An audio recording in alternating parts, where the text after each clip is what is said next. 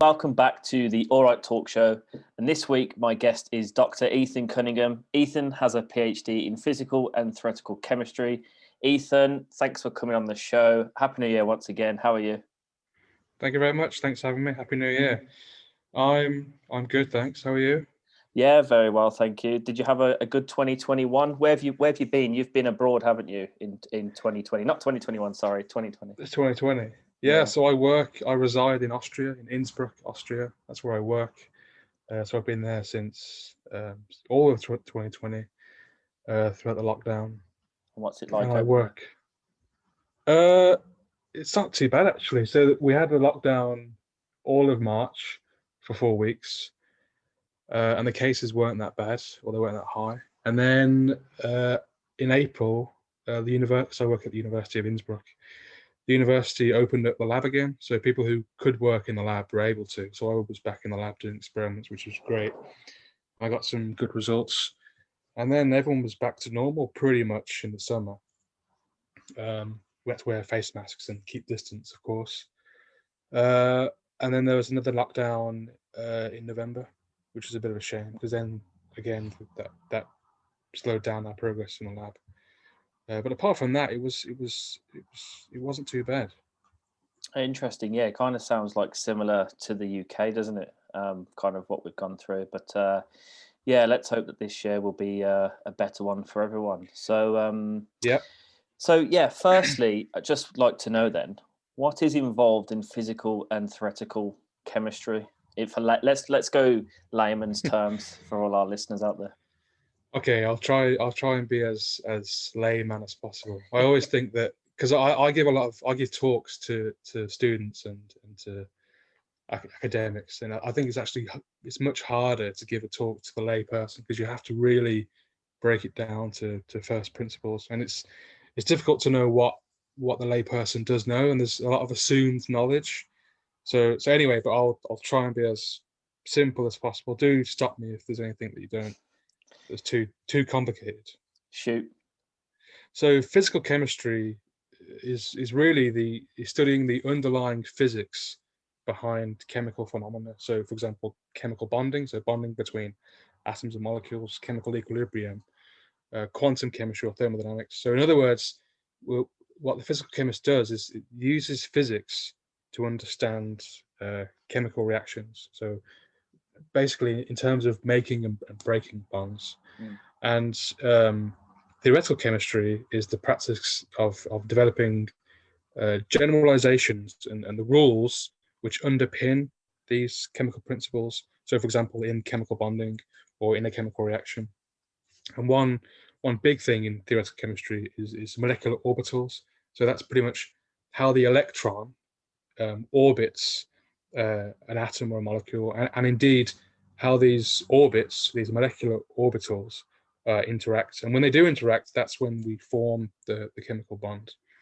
So theoretical chemists use mathematical and physical methods to describe the structures of chemicals using these molecular orbitals, and in an attempt to understand and predict how these molecules will interact and indeed how they will uh, form these bonds. So if we, what I'll do now is I'll narrow it down to what I do. So I'm a physical chemist, and I'm interested in the fundamental bonding between atoms and molecules, and how this bonding might lead to interesting chemical reactions. So what I do in my field of research is we isolate different molecules, and we can detect them using something called mass spectrometry, which is a way of weighing our molecules very accurately. So once I've detected them using mass spectrometry, um, I can then interrogate this molecule. I can isolate it and trap it, and interrogate the molecule using laser radiation. This is a method called laser spectroscopy. And by investigating how this molecule interacts with the laser light, we can understand the structure and the chemical behavior of this molecule.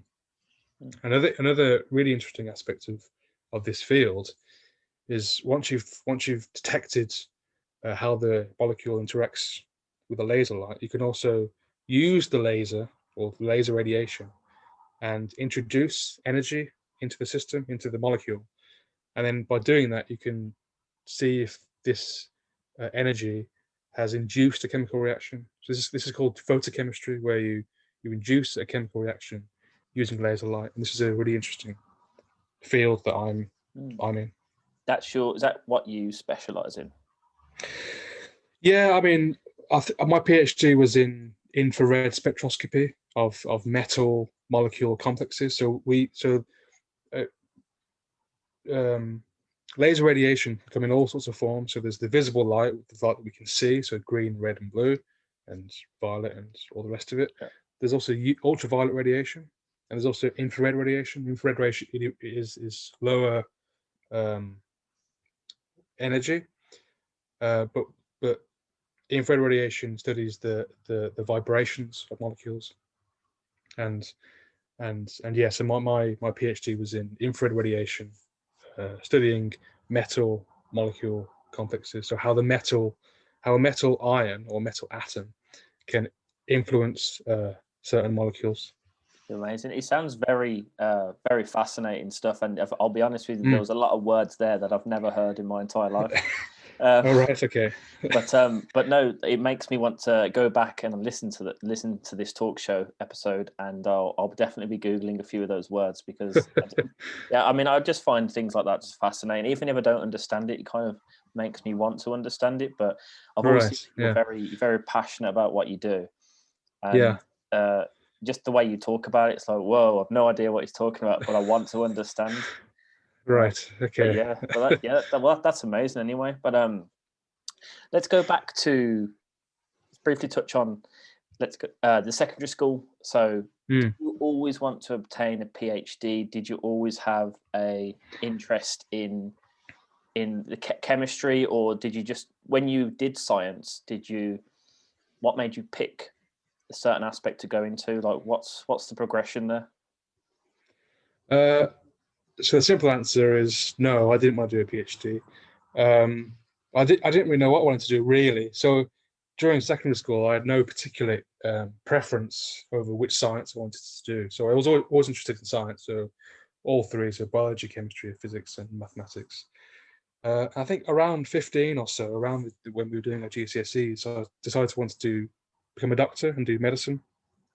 But I was also interested in music. So during secondary school, I also learned to play piano and trombone. So I was always interested in going into university, but it was always a matter of which one to do. So in the end, I thought, okay, I'll do medicine because that encompasses a lot of chemistry, a lot of biology, and it's also about helping people. So it came to sixth form, and I chose the 4 universities. I think when you do medicine, you get choice of 4, and you also get a backup. And I chose University of Leicester. But I only got 2 interviews. So Leicester and University of Leicester and University of Kiel gave me an interview. Everyone else said no, I'm not good enough, or you can't study medicine at our university. And went to the interview Leicester. I thought it went well. Same with Kiel. They both said no. You said no, we're not good enough. I think it was actually my A-level results weren't the best. That's why. And I guess the interview was also not very good. I'm not great at interviews. What was your A-level results, if you don't mind me asking? Can you remember? I do mind asking. I don't mind asking. No, so in the end, actually, I will tell you, but this is actually as part of the story. Okay, I'll tell you now. I've got 3 B's. So I've got a B in chemistry, a B in no, hold on. B in chemistry, B in biology, B in maths. And I also did AS level physics. I think I got an A in that, but for some reason I dropped that. It's weird because now I don't have an A level in physics, but I now work at a physics department, which is odd. But anyway, so I got the interview, did the interview fine, but then in the end I got a rejection from both. But thank God. So I remember opening the letter from Leicester, and it said something like, unfortunately, we cannot offer you the place to do medicine at Leicester, but you can choose to come to Leicester and do any other course. And I remember thinking, well, that's odd. Like it's just strange that they said any course. So, okay, fine. So I gave it some thought, and it was a toss up between either doing maths or chemistry. In the end, I phoned them up and explained what happened. And I spoke to a very nice woman, I think Deborah, I can't remember her last name, but she was Deborah the admissions Meaden. tutor. No, it wasn't. It wasn't. I wish it would have been nice. Well, that might put me off, actually. But in the end, it was Deborah. I can't remember her name now. I probably should know her name. Anyway, she was the admissions tutor. I spoke to her, and she said she was very nice. And she said, "Oh yeah, fine." Was very understanding of my situation and said, "Yeah, okay. What are your AS grades and what are your predicted grades?" I told them, and she said, "Yeah, I'll do the paperwork. I'll sort everything else through UCAS, and I'll make all the changes that need to happen, and we'll give you an offer." And I was like, "Oh, great!" So my offer was conditional. Well, the offer was actually ABB, which is what I didn't get in the end. Mm. But what was even more weird, so I got the offer. Great, I'm going to university this year. This would have been maybe March of my last year at school.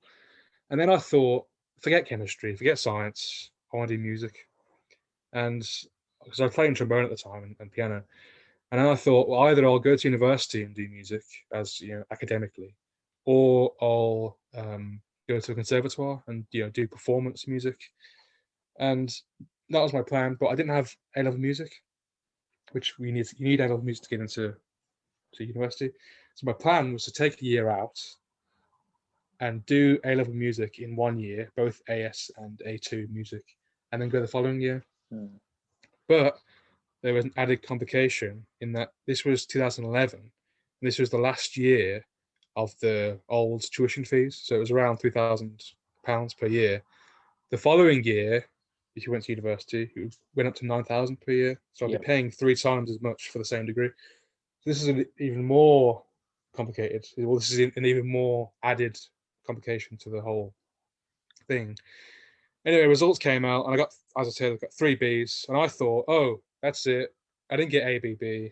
I'm not going to Leicester. I didn't get the results I needed, and so I went to town with my friends just to shop or whatever, just to celebrate me not getting my results. And I got and I got home, and Mom said, "Oh, what'd you get?" "Oh, yeah." "Oh, great. Have you checked UCAS?" So UCAS is the platform which tells you whether you go to university or not, whether the university has accepted your results. And I said, "No. There's no point in checking because the offer was ABB. I got BBB. Forget the whole thing. I'm going to do music next year and pay 3 times the amount I'm meant to pay." Yeah. But eventually Mum nagged me and said, "No, you need to check. So I checked, and it said offer, unconditional. You're going to Leicester." I thought, oh, okay, interesting. So they must have still given me the offer anyway, which is not really nice of them. And the following day, I went back to school and I spoke to my headmaster, someone called Colin Parker, who's unfortunately died this year. And he gave me some really good advice. He said, "Listen, like you've got an offer to go to University of Leicester, which is not, it's not a bad university. It's a very good university. You're paying, you're on the old fees. If you go next year, you're paying 3 times as much, and you're doing. It was also the offer was for an MChem, which is an undergraduate master's degree, so it's a 4-year degree. So it's a very good, solid master's degree that you're on. And with the music, you can always do music on the side. There's no reason why you should just abandon music altogether just because you're doing a degree in chemistry." And that was really, really invaluable advice that he gave me. And that's what I did. So in the end, I went off to Leicester, did chemistry, and I still play piano and trombone on the side. Amazing stuff. So yeah, it's funny how things work out, isn't it? Like you Yeah, thought you really. Yeah, exactly. I thought I was really headstrong. I was really determined. No, the offer's not there. I definitely want to do music at whichever university. I had nothing. It was a complete risk because I would have had to have done both AS and A2 music, so 2 years in one, and I wouldn't have got the results until the very last minute, until August. So it was a big risk, and of course I would have had to have paid £9,000 per year. well, yeah, avoided those big fees then. Yeah, exactly. Yeah. And I've still got tuition fees now. I'm still paying them off now, but Yeah. I've got 3 times as less tuition Yeah. fees than I would Yeah. have if I was going the following year. But your question about the PhD. So I didn't really think about doing a PhD until my first year. It was at the end of my first year at Leicester doing my undergraduate degree, and it was then that I thought, okay, maybe I want to stay and do chemistry for a bit longer than 4 years. Yeah. And then from Leicester, then you did your. Am I right in saying you did your masters in Oxford University? No, so what happened was, so it's it's quite unfair actually. So the university system in the UK is, if you do a science degree, you can do a 4 year. They call it a 4 year integrated master. So it means you can do 4 years and they call it an MChem or an MSCI, and then from there you can go straight on to a PhD. Whereas normally what would happen is you'd have to do a BSc, a bachelor's for 3 years, then do an MSc, postgraduate masters, and then do a PhD. So in the arts, so in English or arts history or what have you, that's how it is. There is no such thing as an integrated masters, which is a bit unfair really, because it means they have to do 2 separate degrees. And also for the postgraduate master's degree, you don't get student finance, you don't get the tuition. So I was lucky in that student finance paid for my loan, for my student loan, and for my living costs for the full 4 years. So I did my MChem at Leicester, and then from there I did my PhD at Oxford University. It's absolutely insane. So you kind of landed on your feet there, really, didn't you? And yeah, just the fact that I think you studied at Oxford, is a high achievement in itself. The fact that you even got to go there. I mean, I don't know how you feel about that, but if you look at kind of where you went to school and that, I mean, how many people from where you went to school can say that they went to somewhere like Oxford? I think it's a great achievement. Yeah, I mean, it's completely shocking, really. I think it's amazing. It's an amazing place. Oxford's really, really, truly an amazing place. It's a very strange place as well. It's unlike anywhere I've ever been before. I mean, you and I come from very humble backgrounds, and I would say that we represent the majority of the people in the UK, whereas Oxford is very much its own bubble. It's a very enclosed from real life. It's a very odd, very different experience to Leicester, for example, or just real life. Yeah, so there has to be a lot of wealth in Oxford, right? I mean, there's a lot of wealthy backgrounds that go to Oxford naturally. Did you have a lot of wealthy friends or friends that had wealthy parents? Was there any of that? Yes. Was it talked about much? Yeah, it's funny. This is quite embarrassing, actually. So, one of my first nights I got there. So I was at there's 30. I think there's 38 colleges. I think there's 39 now. They've just introduced a new college at Oxford. And I was at a college called Magdalen College. It's a very, very rich college. They have millions of, maybe not hundreds of millions of pounds. You can look it up on Wikipedia how much they have exactly. But it's the amount of wealth this one college has is just ridiculous. They own a lot of land in London and in Oxford and elsewhere. It's just staggering the amount of money they have. And yeah, naturally you do interact with people of very different backgrounds. So people who own estates or who have very professional parents. That's the thing as well that really gets me, is a lot of the people that you interact with at Oxford, their parents went to Oxford. So I was at Oxford with Magdalen with someone, and his father went to Magdalen. But the interesting thing was he went to Magdalen before they introduced women. So Magdalen was one of the last colleges to admit women as students. So when my friend's father went, it was just boys, it was just men. But anyway, so I'll go back to the story. On one of the first nights I was there, I obviously Freshers Week, and you get too much alcohol and you get a bit drunk. And we were staying in Magdalen has a very good accommodation for postgraduate students, for PhD students and master students. And I was staying in this house in Magdalen, and we were all sat in someone's room drinking wine and beer and whatever, talking God knows what. And for some reason, I think I just got a bit mental, and I was going around the room saying, "Are you working class? Are you working class?" And I was like interrogating people, going, "Are you working class? Because if you're not, you gotta get out." It was just, and I think it was funny because in the end, I think 4 of us were, and 2 of them weren't. They were getting really nervous. They were looking around the room, going, "Oh shit, I'm not working class." Sorry, can I swear on this? Yeah, absolutely.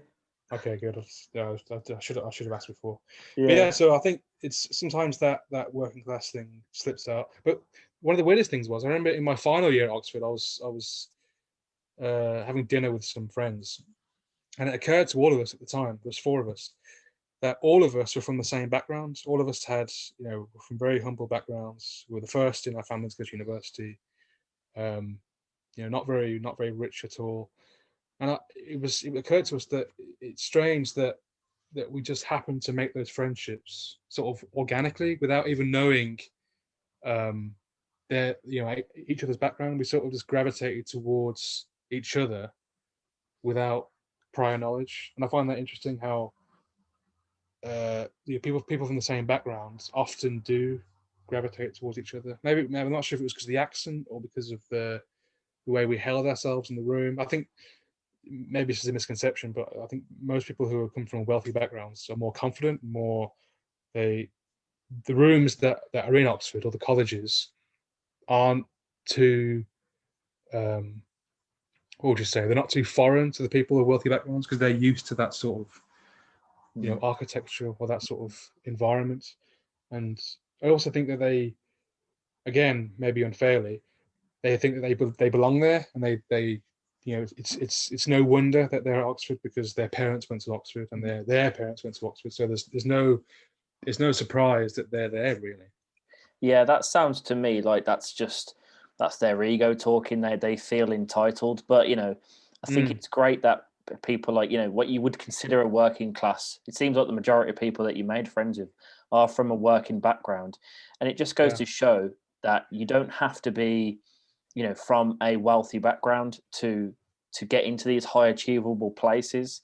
Like it's True. Yeah. it's a positive self-image belief, isn't it? Like if you believe that you can, you don't have to be wealthy to do these things. You don't. It's just you don't have to think, well, oh well, my parents didn't have money, so I'll just go to a standard university and I'll just get average grades. Like if you apply yourself and you work, I mean, you're living proof of a what you'd consider a working class background going to Oxford, and you're the first one in your family to do it, which I think is amazing.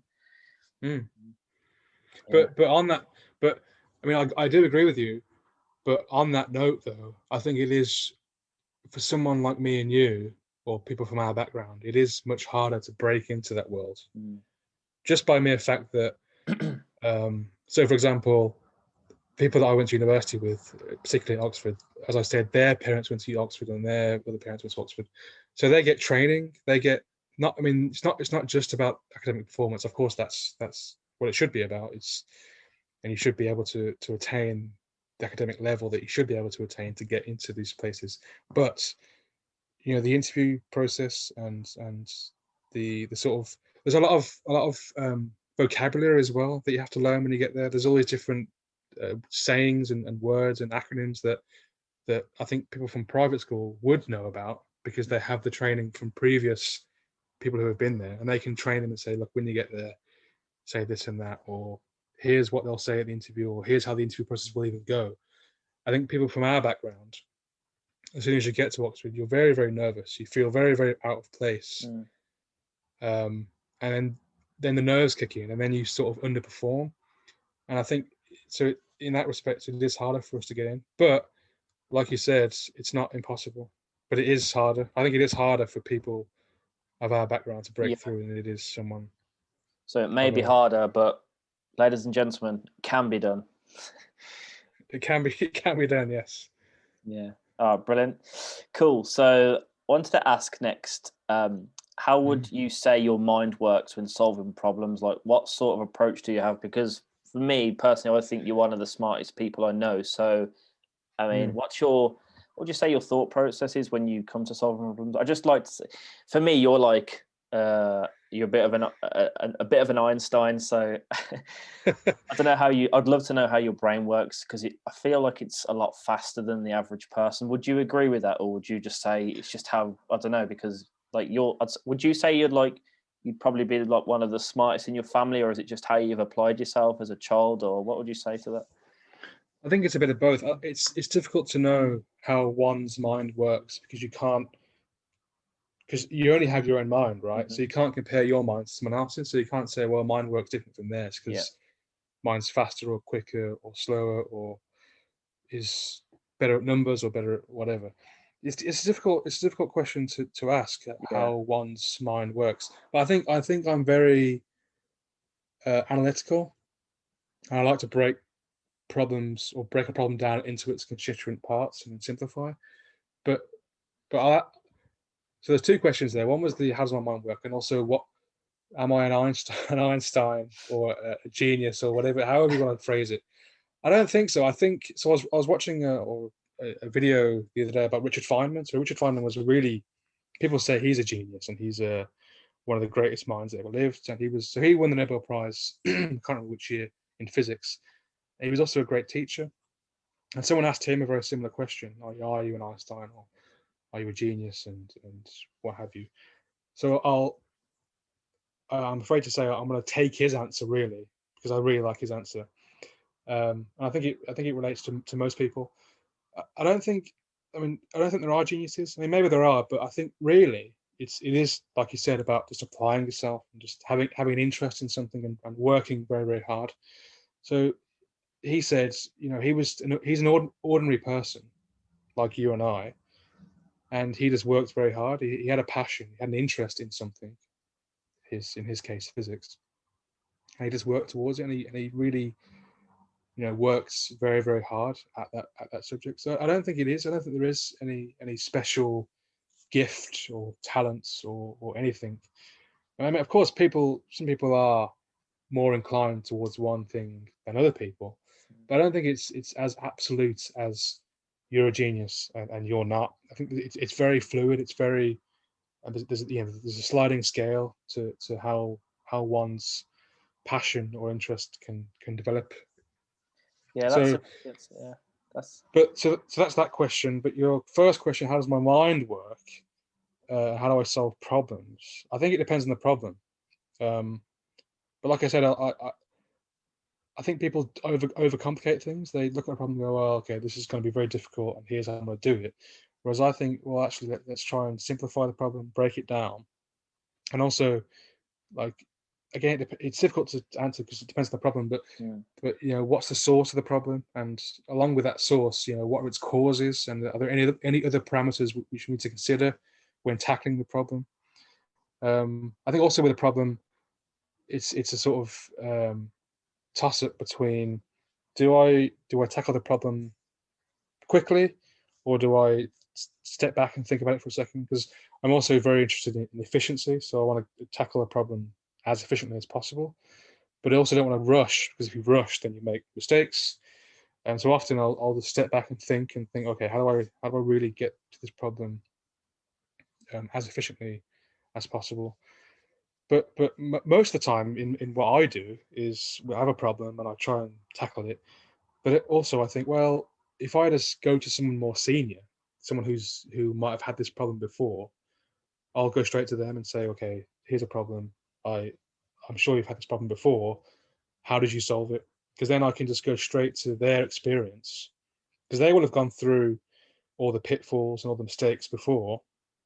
So to avoid all that for me, I'll go straight to the senior member and ask them, how do I get this problem?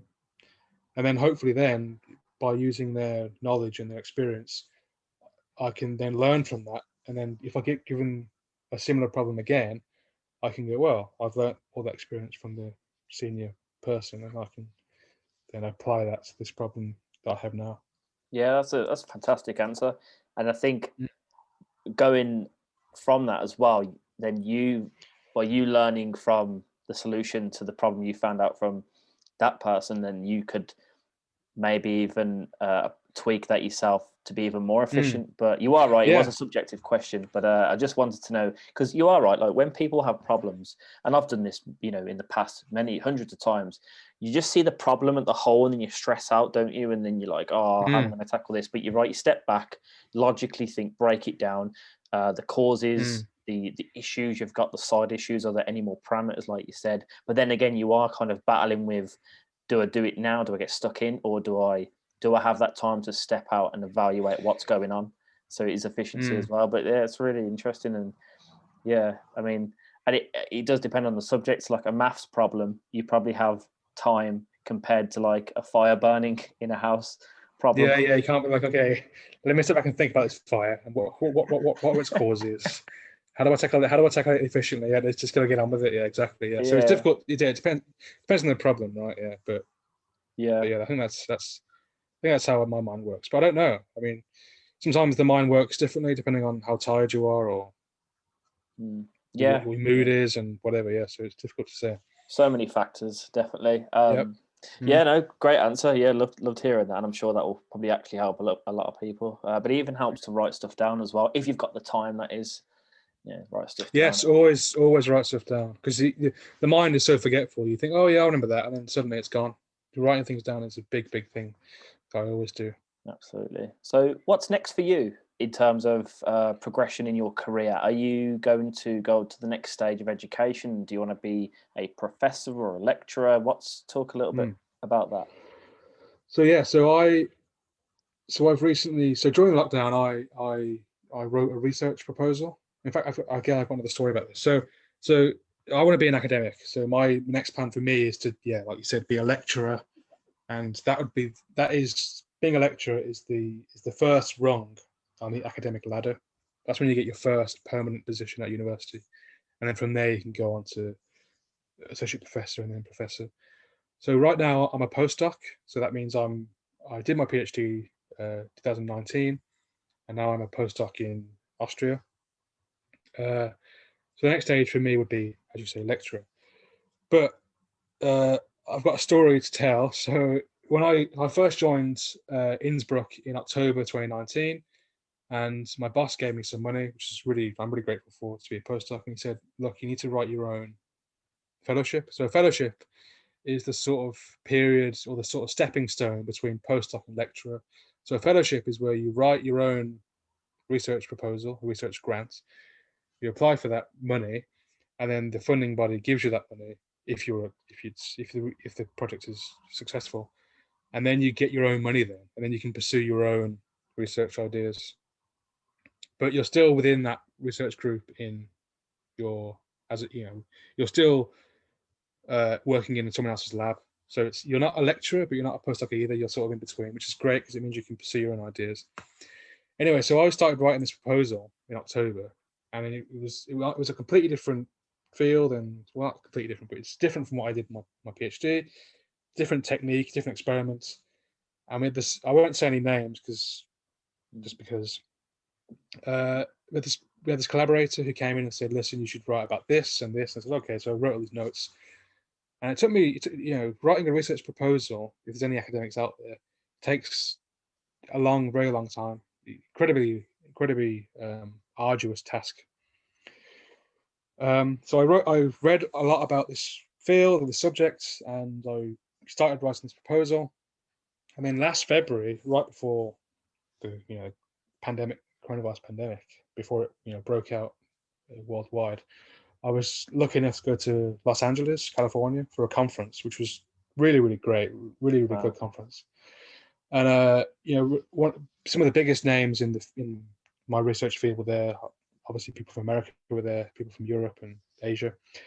And one of our competitors, a professor in Germany, stood up and gave his talk, and he was talking about this field, a great whatever. And then he said, okay, so the second half of my talk is about this, and it was very, very similar to my proposal that I was writing at the time. I thought, oh God.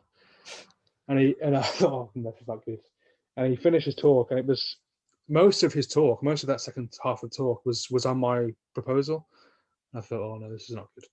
And he said, any questions? So I raised my hand, and I had all these questions because some of the proposal wasn't mentioned in his talk, and there were future directions which I wanted to do in my proposal. Questions that could arise. So I asked those questions to him and said, do you have any plans to do this, and this? and almost all of the aspects that I wanted to do in my proposal, he was already doing or about to do. I thought, oh god. So at this point, it was 85%, 90% of my research proposal he'd already done or was planning to do in the near future. So I got really, really stressed and really annoyed, like a whole flood of emotions. This is the worst nightmare scenario. I've started this proposal, and now someone else is already doing it. And my boss was there. He's really nice, really nice guy. And he was saying, well, maybe we probably maybe we could still submit it and still write it. Because at this point, I was probably halfway, 2/3 of the way through this proposal. So it was already a lot of work had been done. So it was a bit of a shame to just dump it and then start all over again. But then we realized, so when you submit a research proposal or grant, it goes to the funding body, and then they send it, because they're not experts in your field. They give out funding to all sorts of different topics and research areas. So then that research proposal goes off to the reviewers, normally a professor in the field, and then we figured out, well, given that this conference is so big, the chances are the future reviewer of my proposal was sitting in the audience and would have seen that talk by our competitor. So chances are they would have said, well, we've already seen this work being done by this person, so why would we give this money to you to do it all over again? It's already been done, and it's being done by someone else. So then it was just a nightmare scenario. But luckily, my boss, really, really nice guy, he said, look, let's go for a walk. So our hotel in California was right near the beach. So you go out of the hotel and the beach is right there. So we had a lot of walks on the beach, just talking, deliberating over this bloody research proposal. And in the end, we said, okay, let's just dump it and let's start all over again, which is a really, really annoying thing to do. But in the end, what happened was I rewrote it all over again. It was a completely different research theme, and we submitted it in June the 4th, June the 6th, or something like that. Or was it July? I can't remember. It was somewhere in June, July. And then at the end of September, I got it back, and they said, yes, your fellowship has been approved, which is great news. So now it means that I can now pursue my own research ideas, and that starts in around, I think, February, March or so. So as of then, I'll be a fellow of research, and then I can do my own ideas. Well, congratulations. So then, yes, thank you very much. Seriously, it was the hardest thing I've ever done in terms of writing. I've written papers, publications, and I've written my PhD thesis, but this was really very, very difficult to do. Yeah, but it's great. I mean, that's great though, because that's 2 years funding. So now I've got 2 years of research funding from this grant, and also so that includes salary and includes other things. I can buy materials and chemicals, and I also get to employ students to help me along the way as well, which is great. So you'll be a boss of some sort. Yeah, which is scary. Yeah. Bossing people around. To get them to make the tea. Yeah, yeah, exactly. Yeah, but the next step after that would be well, the next step either is to do another fellowship somewhere else, maybe in Europe, maybe in the US, who knows, maybe Asia. So either that, do another fellowship and do some research in someone else's lab, or, which is less likely but still exciting, would be then to apply for a lectureship at a university, and then that would then be the first rung on the ladder and become a lecturer somewhere. That's awesome. Just to quickly touch back, actually, the grant that you got, how much was that for? It was €162,000. Wow. And how did you feel with that kind of responsibility and that kind of money? Scared. Yeah. Yeah. I mean, you're right. It's a big responsibility. It's so it's given by the FWF, which is a big research organization, a big funding body in Austria, and it is scary because they're saying, okay, we're going to trust you to deliver. Like you've said that you're going to do all this research and all this science and publish papers and all this other stuff. Here's the money, and we're going to trust you that you're going to get on with it. And the scary thing is, I mean, 2 years isn't really a very long time at all, really. I mean, look at this year. This year's gone flown by very quickly. Yeah. But we're saying that this year's different to any other year. But anyway, if I don't deliver, if I'm not able to do all the research that I said I would do, then that looks bad, and it means that when I come to apply next time to a different funding body or the same one, they might say, well, why wouldn't we give you any money, because you've already pissed away the money we gave you before, so why would we give you any more? So yeah, it's a big responsibility. It's a lot of money that I don't want to waste, and don't want to piss up somewhere. Well, you know what, Ethan, you've got this far, so I think you'll do well personally. And budgeting will I'm sure that will help in future with. Well, it's great because you've got this responsibility of money, and you've kind of thrown it in the deep end, and that's just handling money in itself is, I think, is a skill that people can learn, and that's something that you've got to learn now. But I'm sure you'll do fine. Yeah, thanks. Yeah. I mean, it will be a learning curve, because also you have to sort of, like you said, you have to manage money, but you also have to account for it as well. You have to tell them where the money went, and you have to sort of keep track of where the money goes, and make sure it's being used well, and make sure it's being used responsibly. Amazing. But no, thanks very much. I hope that you're right and that it does go well. Sure. Well, I think every time we've ever spoken for a little catch up, you were on to the next big thing, and I think the next time we might speak, you'll probably be a lecturer at Oxford. Yeah, I mean that'd be great. That's the dream. Yeah. I think you'll get there. You'll get there for sure, 100%. So, thanks very much. Who would you say then is your biggest inspirations? I mean, it doesn't have to be necessarily in the field of science, but do you have any inspirations or? I think so. I'm a firm believer in mentors. So if you can find a good mentor, then they can really, really push you and inspire you and help you to get where you need to be. So I think my first mentor was at Leicester. So a guy called Professor Andrew Ellis. So he was assigned as a personal tutor. So he was the person that I was supposed to go to if I had any troubles, like troubles with the course or troubles at the accommodation or anything, any trouble I had, I'd go to him. And he was also a physical chemist. So he was the one that introduced me and the rest of the students at Leicester about spectroscopy and different techniques like mass spectrometry and laser spectroscopy and just molecular dynamics as well. And he was a really big inspiration on me. And he was the one that he told me to do a PhD, and he said, yeah, you can do it. And he was also the one that told me that I could go to Oxford, because I was worried about where to go and what to do. And he said, oh no, you'll definitely get into Oxford. And he was right. So I'd say he was my biggest inspiration. I don't know, out of science, I'm not really sure. Yeah, I mean, I'm a bit boring, really.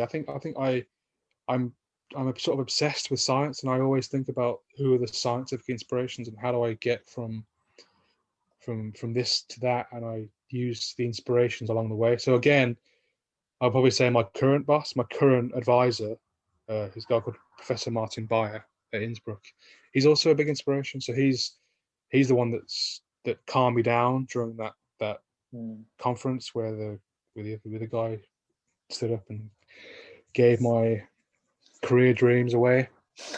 And he's patient, and he's really really nice. And I think he's both Andy Ellis and Martin Bayer. They're sort of I would say they're exceptions in the field, because a lot of academics are quite mean and quite very stressed, and they can sometimes take it out on their students.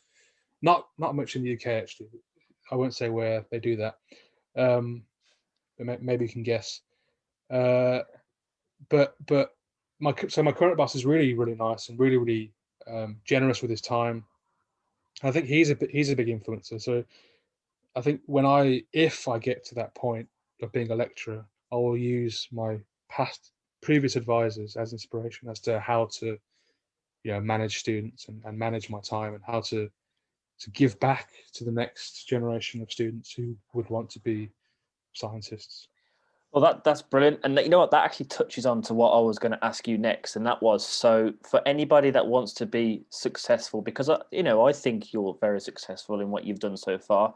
And I know success is a subjective thing, but for anyone that wants to, follow in your footsteps, or even just follow in your footsteps of achieving what they want, whether that's, a certain wealth objective or a certain job, or, get to a certain, in their music career or whatever it is, what advice would you give?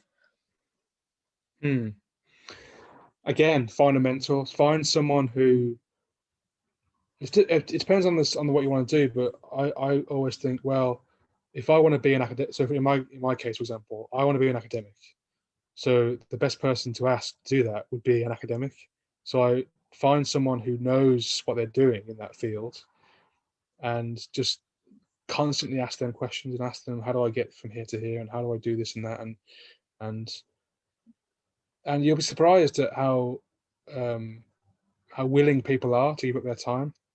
Because I still do this. If I want to email someone or ask someone about particular, career projection, or also, I'm always nervous and think, well, they won't want, they don't want to help, or I don't want to disturb them by asking them the question. But actually, people are very, on the whole, people are very generous with their time, and they're actually quite flattered to, oh, okay, someone younger or someone wants my advice, and they're very, very willing to give it.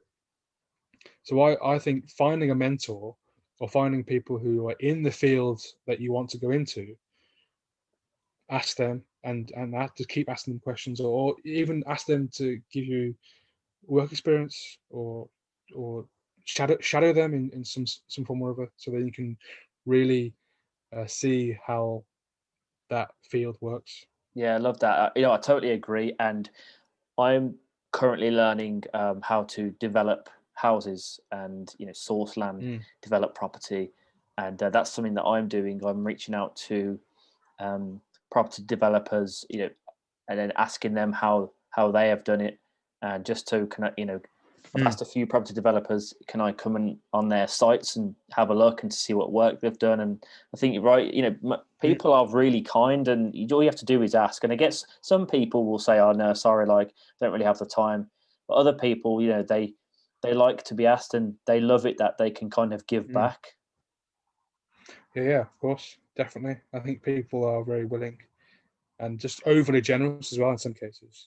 100%, and I think you'll give back. You'll be the type of person that you will be a mentor to someone else, and I think that'll be nice. Yeah, no, I hope to be. That'd be great. I'd love to mentor someone. Yeah, I totally agree. Well, yeah, amazing stuff. So just coming towards the end of the show now, I have 3 random questions that I ask all my guests. Well, they're not so random anymore because I asked the same 3 questions, but they're unrelated to what we've been talking about. But here you go. So question 1, nice and easy. What is your favorite movie? I would say, okay, I've got 2 answers. One is sort of, if you were to put me in a desert island and say, here's the film that you need to watch forever and ever and ever, and it's the only film you can watch, I would say Zodiac. Have you seen Zodiac? Yeah, it's about the Zodiac Killer. Yeah. I don't know why. I mean, it's not it's not Oscar winning. It's not one of the best films ever. But for some reason, I just really like it, and I watch it. I think I've watched it about 6, 7 times. Wow. And I could watch it over and over again. I don't know what it is. I just really like that film. I think I first watched it at Leicester, actually. A friend of mine had it on DVD, and we put it on, and I just really liked it. Yeah, it's a good film. Brilliant. But in terms of, so I'm a big fan of thrillers. So I think favorite movie ever would have to be probably Silence of the Lambs. Oh yes, I've watched that before. Yeah. I mean that got the big 5 Oscars. So there's only 3 films to ever get the big 5, which is best actor, best actress, best director, best picture, and best script, I guess. Soundtrack, or was it? Or I can't remember what it is now. Sure. Either way, Silence of the Lambs got the big 5, and I just really like that film. Fantastic. Well, it was an Oscar winner. So, yeah. Yeah, All right. yeah, exactly. Cool. So, number 2, what is your favourite destination and why? Uh, hmm. So I've not actually been to that many places really, but I think quite nerdily, if that's a word, or nerdy, would be Oxford. I think Oxford was just a really, really amazing place. Brilliant place to live. Very expensive, of course, but just the people that you meet. I mean, I was interacting. It's a real privilege for me to be able to interact with these people. You know, people at university, because people at university are really, really interesting. I think both students and staff alike, and you know, they're really passionate about what they do and really interested in what they do. And at Oxford, I was in. So normally, what you do is you'd interact with people of your own subjects, which I was doing. I was interacting with people in chemistry and science.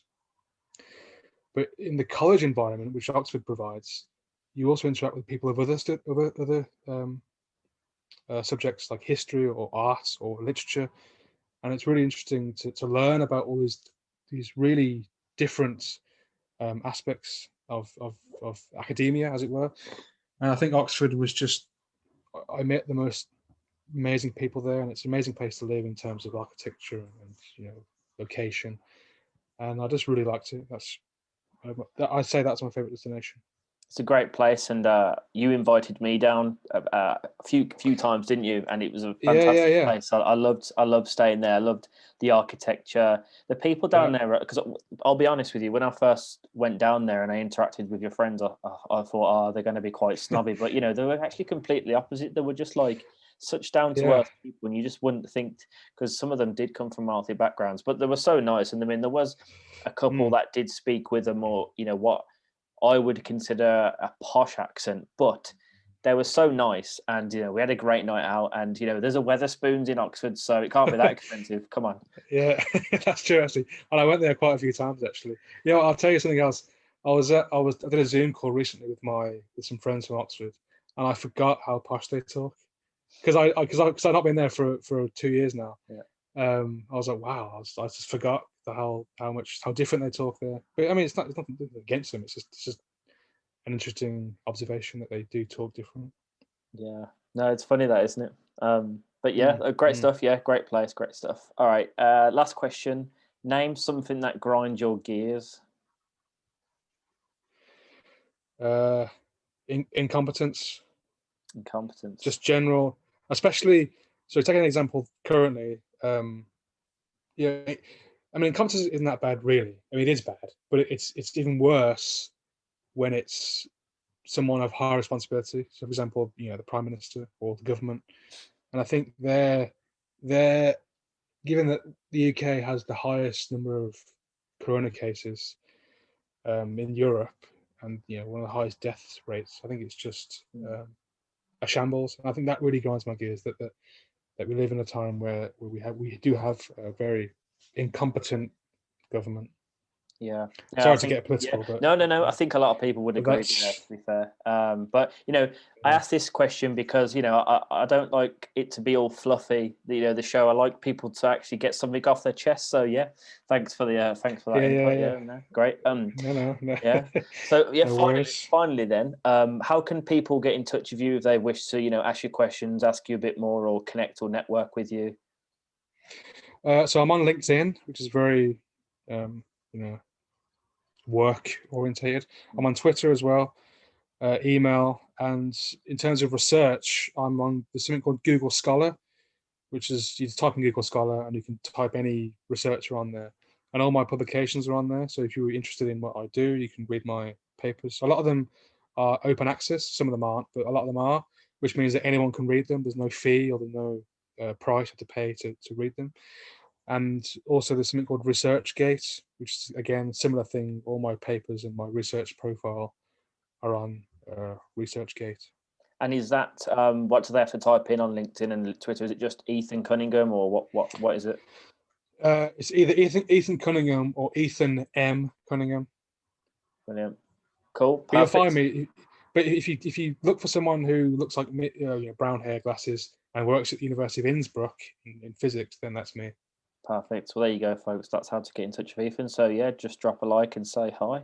So, Ethan, honestly, you've been an incredible guest, and I've loved having you on the show. So, yeah, thanks for coming on. No, thanks. It's been a pleasure. Thanks for having me. Yeah, no problem.